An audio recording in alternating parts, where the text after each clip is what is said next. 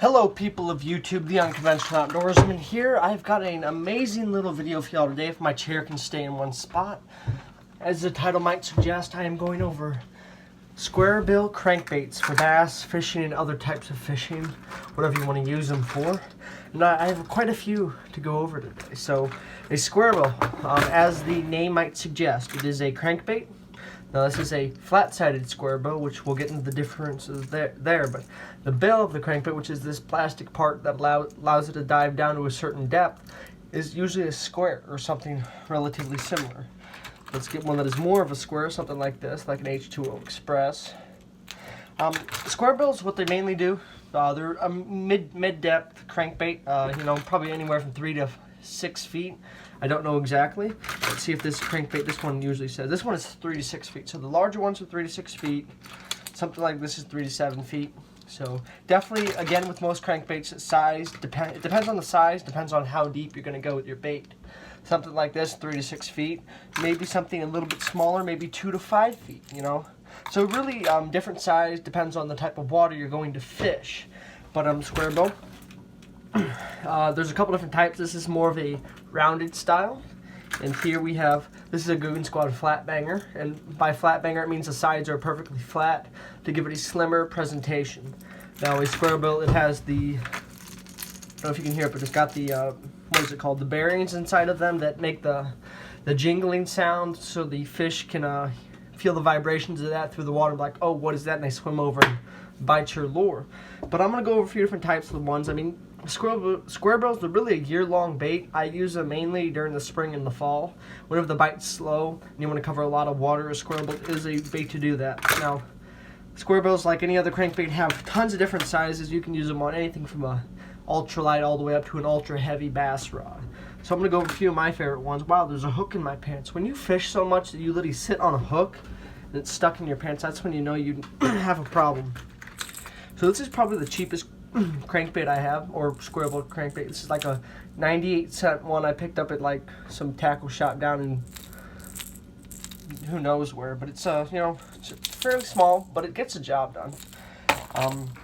Now you've got anything from like some, I'm going to show a color variation here. Now may have like a bluegill color here. I guess that's a bluegill, maybe like a perch color. Something like stripes. That's good for, I would say, more clear water. Something where there are more bluegill, more bait fish. Creeks, I like to use this one, larger creeks, smaller rivers. And that's something also with color. I'll be making a video about that later today since I missed yesterday's video. Sorry, I had things to do outside of the YouTube world. But you do want to match the hatch when it comes to color. Now, this is a blue and kind of chartreuse bait with a pink and orange thing closer to the bill. Now this I would personally use for maybe not super clear water, maybe a little bit dirtier. But you definitely want to think about the water you're fishing too and how deep you want your bait to go. Now, if you're going to go like Big Daddy style, you've got a 3 to 7 footer here. Something that goes super deep. But if you're going to go like shallow, I would recommend something like this little Bass Pro one.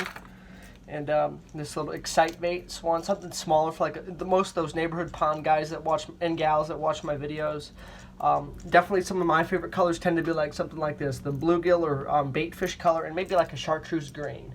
Something definitely during the spawn that's going to stand out and make your bait visible over long ranges of water or visibility. So that's something you want to keep in mind.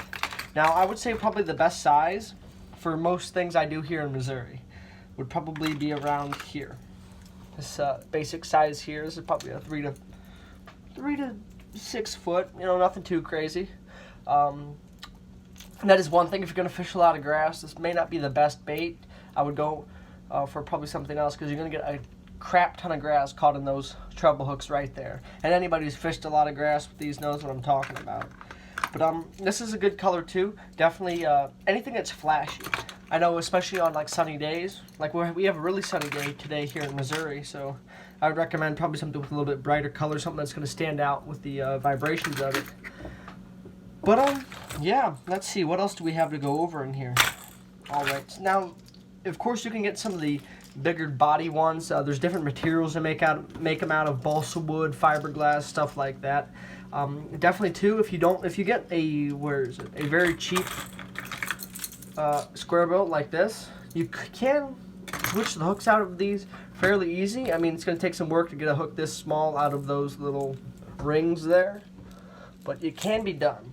So you definitely want to, if you want to do that, I would recommend. And that's something I do like about the Goon Squad hooks. I've never had a problem with the hooks there. They're pretty strong. Again, this isn't a sponsored video by any means. But that is something that you do want to keep up with on your lures. Any hard bait lures, whether that be a lipless crankbait, jerkbait, squarebill crankbait. If your hook gets bent, that could really mess up a day of fishing. You could really miss a lot of bites, or a lot of big fish could get off. So every once in a while, just make sure to take a look at your bait, make sure the hooks are straight. If they aren't, find a rock or something, a hard surface, and just try to bend the hook back. It isn't a permanent solution, but it's something that'll get you through your end of the day fishing. But yeah, that is all I have for you fine people today. Let me organize this real quick. I'm thinking about going live later this week, maybe the day before my birthday on Friday, or Thursday. That's tomorrow.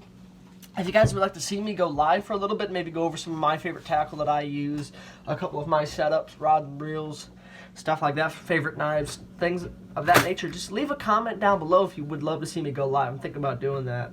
And tell me, if you'd like to see me go live, what time of day works best for you. I always read every single comment. I love the feedback I get from you wonderful outdoorsmen and women. That's all I have for you fine people today. Please subscribe if you haven't. Hit the notification bell to all notifications. That way you will be notified every time an amazing video on this channel drops. And have a wonderful Wednesday.